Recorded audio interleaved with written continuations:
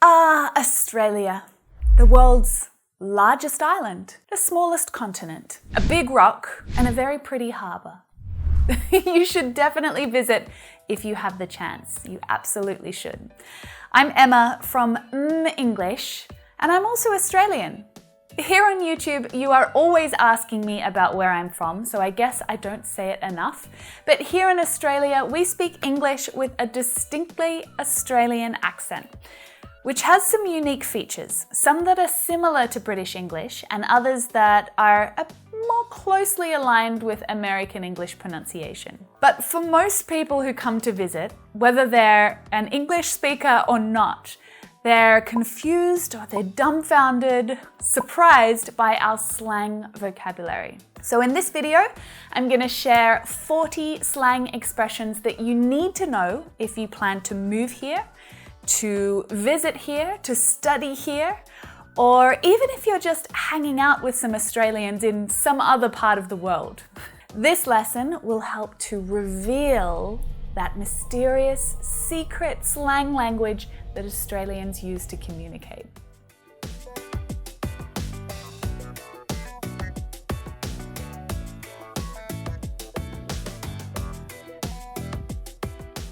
A little history lesson first. Australia is a British colony, so our grammar rules and our spelling rules are the same as British English, and that means they're a little different from American English. Our sense of humour is also quite similar to Brits. Even some of our slang words are the same. That sense of humour is dry, it's sarcastic. It can sometimes take a little bit of getting used to, especially because with sarcasm, it often involves saying one thing, but the tone and the body language is completely opposite. You know, like a joke that's said with a completely straight face. So it's really hard to know if they're actually joking or not. We are generally pretty easygoing people. You know, we definitely don't take ourselves too seriously. In fact, we're usually laughing at ourselves, making fun of our mates, joking around. So in Australia, if an Australian is making fun of you, quite often it means that they actually like you. It's a weird way of showing affection. The best thing that you can do is make an Australian laugh. You will be mates for life. Now, a mate is a friend, right? This is one of the most important words to an Australian. It's usually an affectionate word, you know, meaning friend. But mate can also be your partner, your brother, your sister, your son, your daughter, your friend, your colleague. And a mate can also be a total stranger. Anyone can be called mate, right? Mate, how are you? Cool. I will catch you later, mate. It's super friendly. But with a shift in tone, it can also be used to confront someone about a problem. Listen, mate, we need to talk about this. Mate, calm down. I'm not trying to start an argument. In fact, the Australian police usually walk up to any situation and start with, hey, mate, like, friend, relax, I'm here to help. Now, I know this concept of mate and mate can be really confusing, right? But try to use facial expression and tone as a guide. You know, is it friendly? Is it serious? If you're doing the wrong thing and someone walks up to you and says, mate, what do you think you're doing? You know they're pissed off, right? And that's Australian for annoyed. Now, a lot of slang words in Australia follow a really similar pattern. You take the original word and you shorten it, and then you add either E, R, or O at the end. Now, this is really, really common. These words are really commonly used all the way across Australia, across all levels of society. You'll hear the Prime Minister using these words along with a truck driver that's driving across the Nullarbor, which is the big dirt patch in the middle of Australia. Now, there are literally hundreds of funny words like this, and that can be really intimidating to try and learn. But the ones that I'm including in this video are ones that I use regularly myself, ones that I hear people use, my friends, my colleagues, my family, they use them all the time, or ones that regularly come up in the media. Because these ones are all relevant current slang words to learn, right? And if you look up Australian slang on a whole bunch of websites, it might be quite funny to read all of these random words, but actually not a lot of them really get used anymore. You know, they're sort of from a few decades ago. In Australia, we are big fans of footy. But not this type of footy, that's soccer. This is Australian football. Footy. Now, I want you to really pay attention to that flap T sound. It sounds more like a D, right? Footy, footy. If you're moving to Melbourne in particular, one of the first things that you'll need to do is pick a footy team, okay? This question will get asked of you, probably often, so get amongst it. Go to a couple of games, even if it's just to say that you did. It's a really good place to start to understand Australian culture. Barbie is a barbecue. Snags, sausages. Arvo, afternoon. We're going to throw some snags on the Barbie on Saturday arvo. Come round.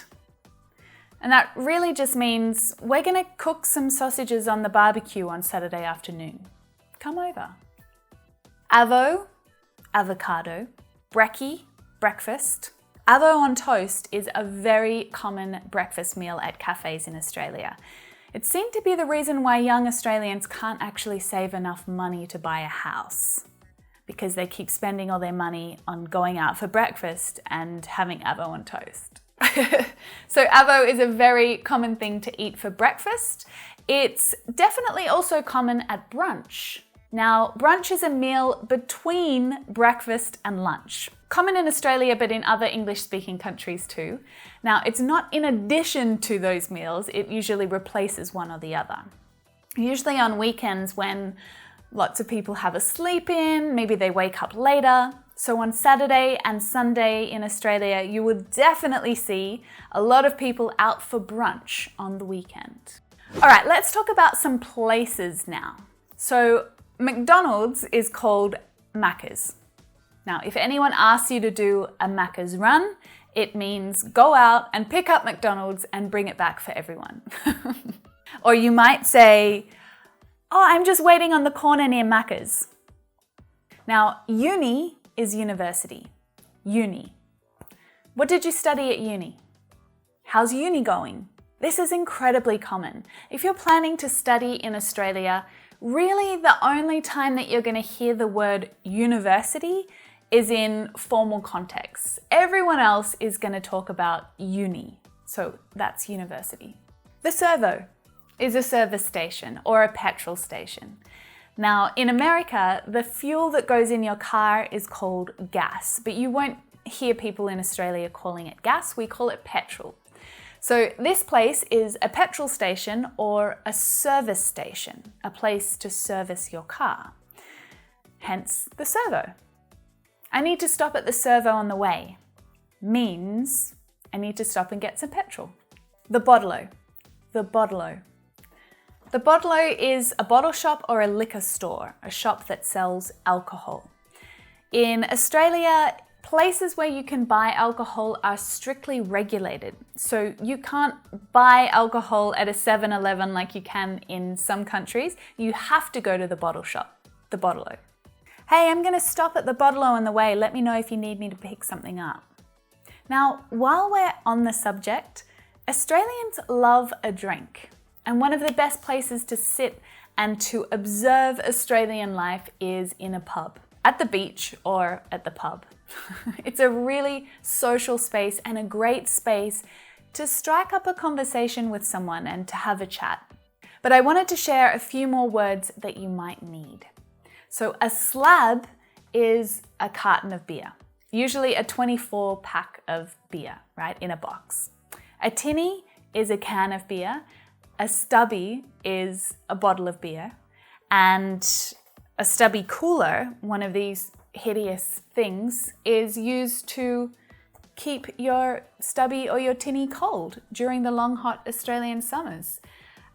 These are tourist souvenirs that you can get in any servo, anywhere around Australia, And you can collect all of the ugliest ones that you can find and keep them as souvenirs of your time in Australia. This one's from the Nanotara Roadhouse. It's got a goanna, a road train, and an eagle. Every Australian has at least 20 of them stuffed in random places around their house. And generally, the gaudier, the uglier, the better. And an esky is what you need to take to the park to keep your drinks and your food cool in. So it's like an insulated box where you put ice and keep your drinks cool. That's an esky. Lotto is the lottery. The most I've ever won on a lotto ticket is about $50. And bucks is slang for dollars. If I catch an Uber home from the city, it usually costs me about $30. Ripper is a good expression when something's going well or it's good. Like, ripper. You could say, you little ripper, when something's really good, you've got great news. Or you could say, bloody ripper, when something's really great, like when you win the lotto. Bloody ripper, what a great day. In Australia, many suburbs and place names are also shortened too. So Brizzy is Brisbane, Tassie is Tasmania, Sandy is Sandringham, Freo is Fremantle, Rotto is Rottnest Island in WA, the Goldie is the Gold Coast in Queensland, the G is the MCG, famous sports ground in Melbourne. And if there are any Australians watching and you can think of others, please let me know in the comments. Hit me up. There are so many of these. The list is way too long to continue with here. But the point is that if you hear a word that you don't recognize, it's totally okay to ask. You know, Australians know that not everyone understands our slang way of, referring to things, especially place names. So if you're not sure, just ask. Another really important place is the loo, the toilet. So the dunny used to be a very Australian expression, but it's rarely used now.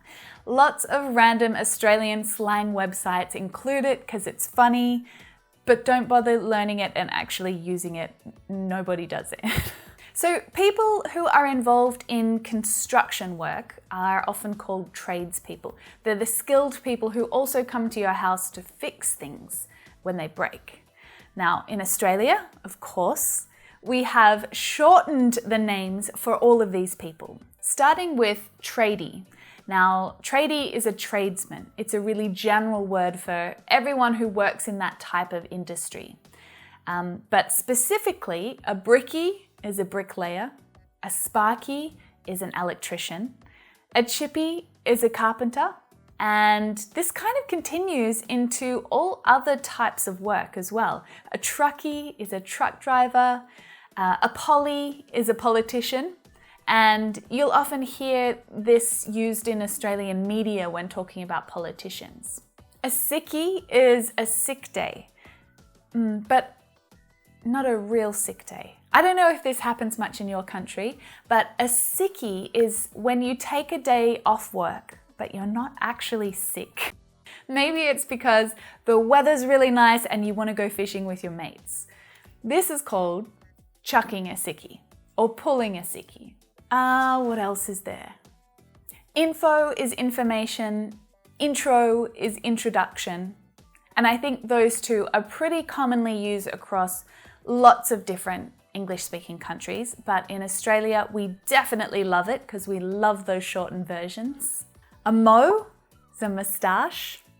A roo is a kangaroo. Mozzie is a mosquito. I hate those guys. For some reason, they always come after me, so I am always taking mozzie spray with me everywhere I go in summer. This insect repellent is called mozzie spray in Australia. Anyway, that is a solid list of relevant Australian slang words to learn. And even if you don't use them yourself, just becoming familiar with them is going to help you to understand Australian native English speakers so much more easily. Now, you might even be able to think of some others. So let me know in the comments if you've got some other ideas and suggestions. But also, if you've got some questions about how these words are regularly used, or maybe you've heard of another slang word and you're not sure about the meaning or if it's commonly used, let me know in the comments. I'd be happy to jump down and answer your questions there. Now, I know it's unlikely that you'll be traveling to Australia anytime soon, but if you want to follow me on my adventures in Australia, well, make sure you come check out my Instagram account here. I'm going to be heading up north on a camping trip in a couple of months, and I'm really excited to share my beautiful country with you and take you along for the journey. So come check it out if you want to come along. Otherwise, I will see you in the next lesson. See you there.